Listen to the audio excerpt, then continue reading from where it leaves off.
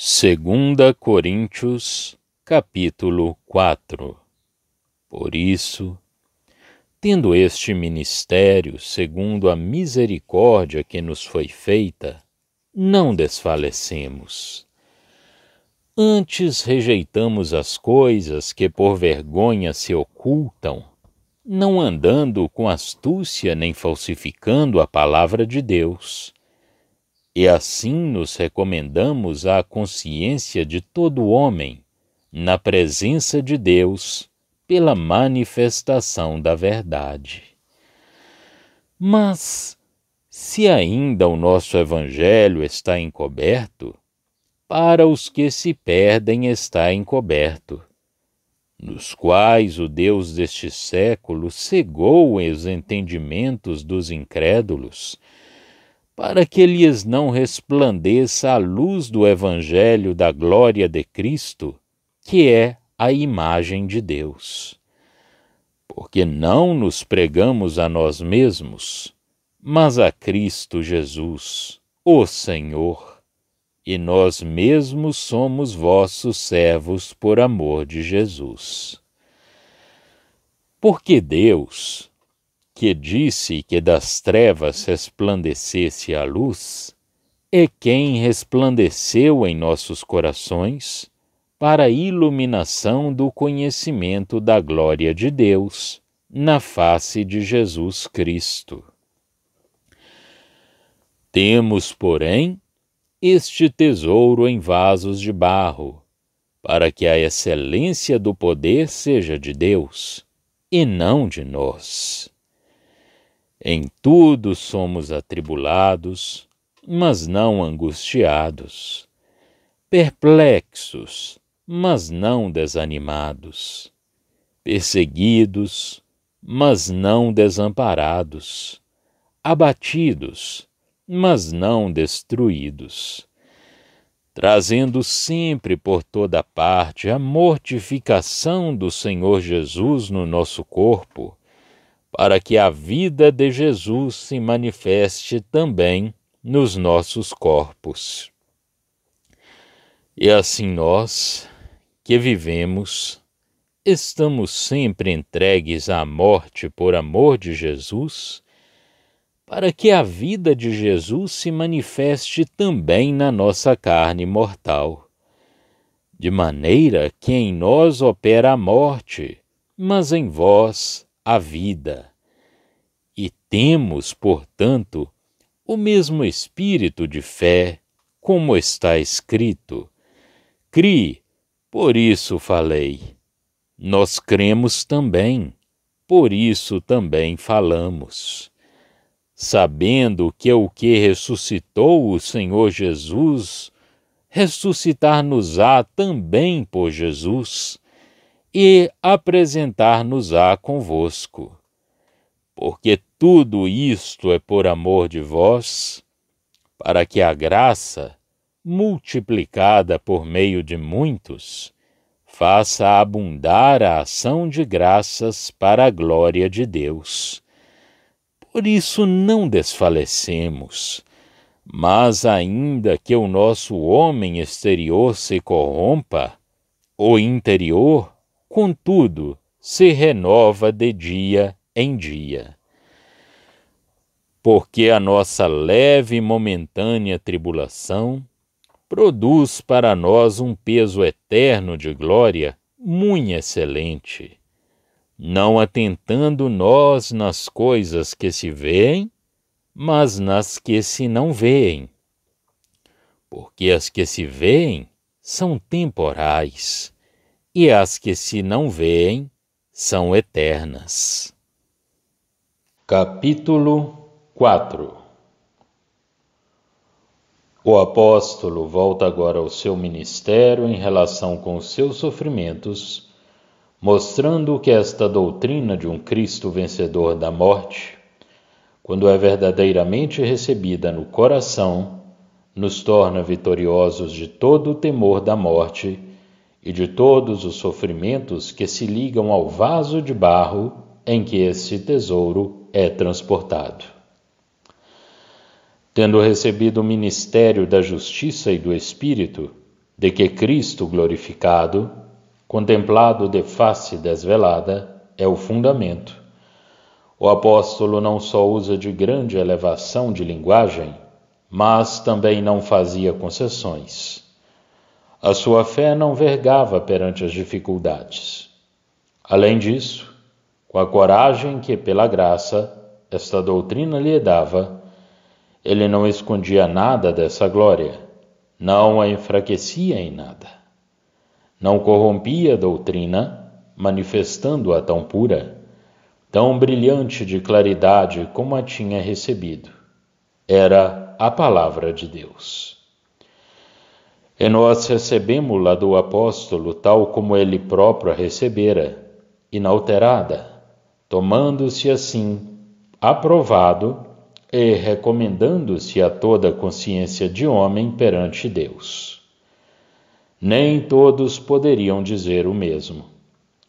A glória do Senhor Jesus sobressaía da pregação do apóstolo em toda a clareza e esplendor, como que essa glória lhe tinha sido revelada. Se, pois, a boa nova que ele anunciava estava escondida, não era como no caso de Moisés. Agora, não só a glória do Senhor era plenamente revelada, de face descoberta, em Cristo, mas era também manifestada sem véu na pregação pura do apóstolo. E eis a ligação estabelecida entre a glória realizada na pessoa de Cristo, como resultado da obra da redenção, e o ministério que, pelo poder do Espírito Santo, agindo no instrumento escolhido do Senhor, anunciava ao mundo essa glória. Este ministério tomava os homens responsáveis pela recepção da verdade, da submissão a esse Cristo glorioso que, do céu, se anunciava em graça como tendo satisfeito a justiça para o pecador, convidando-o a vir livremente para gozar do amor e da bênção de Deus. Não há outro modo de nos aproximarmos de Deus. Tentar estabelecer outro seria pôr de lado e declarar insuficiente e imperfeito o que Cristo fez e o que Ele é, e querer produzir algo melhor do que Ele. Mas isso é impossível, porque o que o apóstolo anunciava, ora a manifestação da glória de Deus na pessoa do Filho, em relação com a revelação do perfeito amor e do cumprimento da perfeita e divina justiça, de modo que a pura luz era a feliz habitação daqueles que lá entravam pelo meio anunciado pelo apóstolo. Não podia haver algo mais, a não ser que houvesse algo superior a Deus, na plenitude da graça e da sua perfeição. Portanto, se essa revelação estava escondida, só o estava para aqueles que estavam perdidos, para aqueles a quem o Deus deste mundo tinha cegado o entendimento, para que a luz da boa nova da glória de Cristo, que é a imagem de Deus, não resplandecesse nos seus corações. Em vez de o Evangelho da glória de Cristo, aparece-nos algumas vezes traduzido o glorioso Evangelho, mas não é este o sentido do que está escrito. Vimos já que o fato de Cristo estar na glória, de a glória de Deus ser vista na sua face, era o assunto especial do capítulo precedente. Aqui o apóstolo faz-lhe alusão como sendo o que caracterizava o evangelho que ele pregava. Era a prova de que o pecado que Cristo tinha levado estava inteiramente tirado. Era a prova da sua vitória alcançada sobre a morte e da introdução do homem na presença de Deus em glória, segundo os planos do amor de Deus. Era ao mesmo tempo a completa manifestação da glória de Deus no homem, segundo a graça que o Espírito Santo nos mostra, a fim de nos transformar à mesma semelhança. Era o glorioso ministério da justiça e do Espírito que abria ao homem um caminho livre para Deus, um caminho para entrar com toda a liberdade, mesmo dos lugares santos. Quando Cristo era assim anunciado, como consequência vinha a alegre aceitação da Boa Nova, a submissão do coração ao Evangelho, ou então a cegueira por Satanás.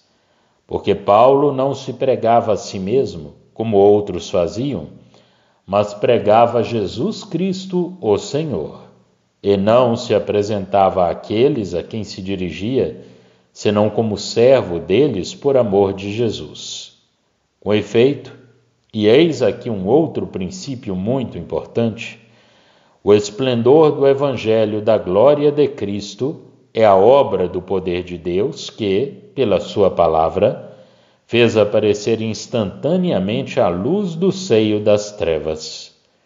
Deus tinha resplandecido no coração do apóstolo para fazer brilhar o conhecimento da sua própria glória em Jesus Cristo.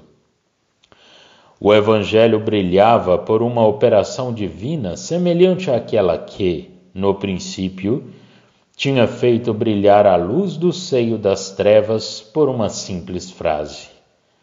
O coração do apóstolo era o vaso, a lâmpada onde essa luz tinha sido acesa para brilhar no mundo diante dos homens.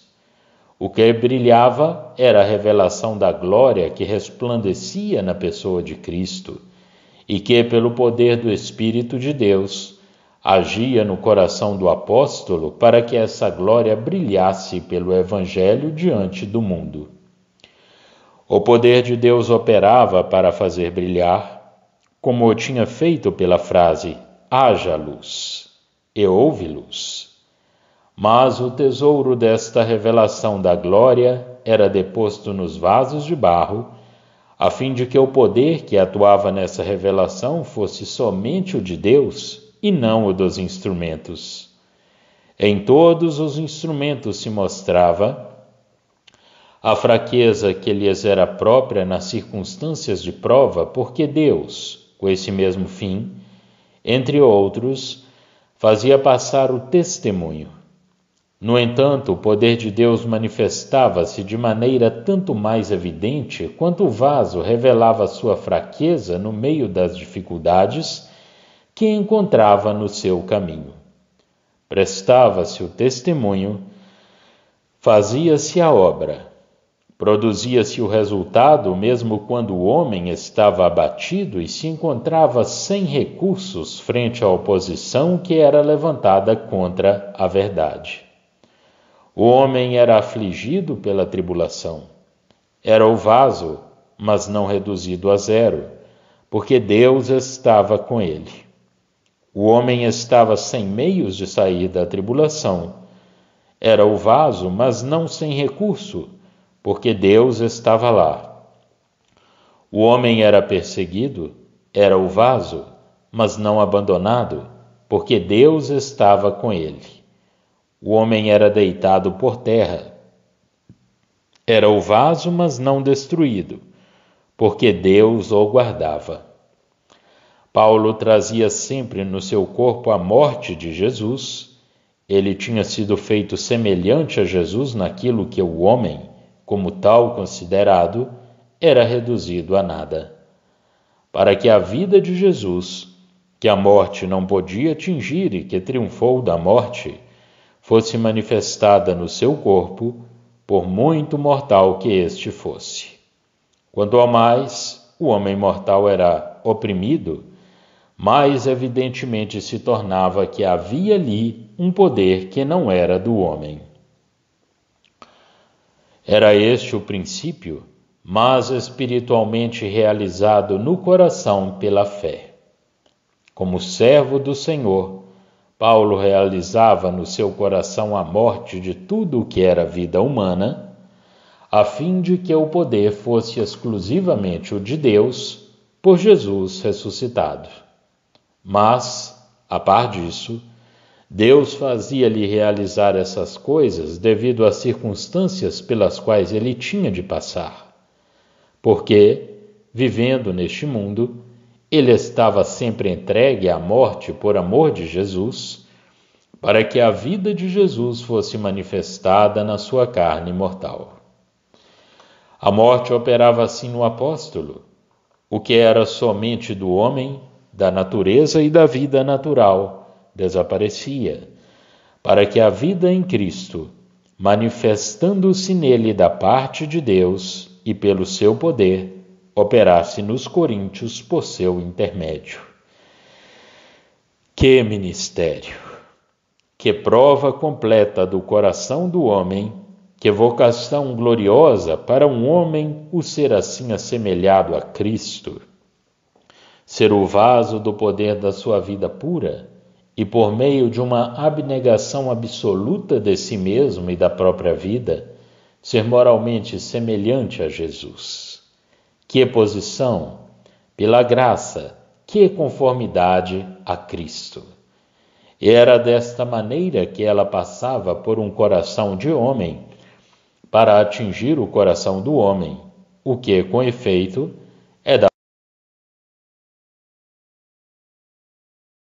força do homem, mas pela força de Deus manifestando-se na fraqueza do homem. É por esta razão que o apóstolo se pode servir das palavras do Espírito de Cristo nos Salmos. Cri, por isso falei. Quer dizer, seja por que preço for, a despeito de todo o perigo, de toda a oposição, eu falei por Deus, prestei o meu testemunho. Tive bastante confiança em Deus para prestar testemunho a Deus e à sua verdade, fossem quais fossem as consequências, ainda que eu tivesse de morrer ao fazê-lo. Quer dizer ainda, eu agi como o próprio Cristo tem feito, porque sei que aquele que ressuscitou a Jesus fará o mesmo por mim. E me apresentará convosco perante a sua face, nessa mesma glória em que Cristo se encontra no céu. E pelo testemunho que prestei a essa glória, eu sofri a morte como ele. É necessário saber distinguir entre os sofrimentos de Cristo pela justiça e pela sua obra de amor, e os seus sofrimentos por causa do pecado. Quanto aos primeiros, é nosso privilégio partilhá-los com ele, mas nos outros, ele está só. O apóstolo diz: aquele que ressuscitou o Senhor Jesus nos ressuscitará também por Jesus e nos apresentará convosco. Porque, acrescenta ele, segundo o coração e o pensamento de Cristo para com os seus. Tudo isto é por amor de vós, para que a graça, multiplicada por meio de muitos, faça abundar a ação de graças para a glória de Deus. É por isso que o apóstolo se não deixa desencorajar. Pelo contrário, se o homem exterior enfraquecia, o homem interior renovava-se de dia para dia. Porque a ligeira aflição, que não durava senão um momento, ele assim a considerava em vista da glória, não era, para ele, senão a aflição passageira desse pobre corpo agonizante, produzida para ele uma medida eterna de glória que ultrapassava toda a expressão, mesmo a mais sublime, da linguagem e dos pensamentos humanos. E essa renovação tinha lugar, e o desencorajamento não podia apoderar-se dele, sucedesse o que sucedesse, não o que dizia respeito às coisas que se veem, que são temporais, mas sim no que dizia respeito às coisas que se não veem, que são eternas. Assim, o poder da vida divina, com todas as suas consequências, desenvolvia-se na alma do apóstolo, pela fé, e ele, da parte de Deus, conhecia o resultado final de tudo. Já estão disponíveis para leitura os comentários do Novo Testamento e do Antigo Testamento de João Nelson Darby. Estão nos formatos de livro, e-book, também aplicativo para o celular Android. Visite o nosso site www.palavrasdoevangelho.com.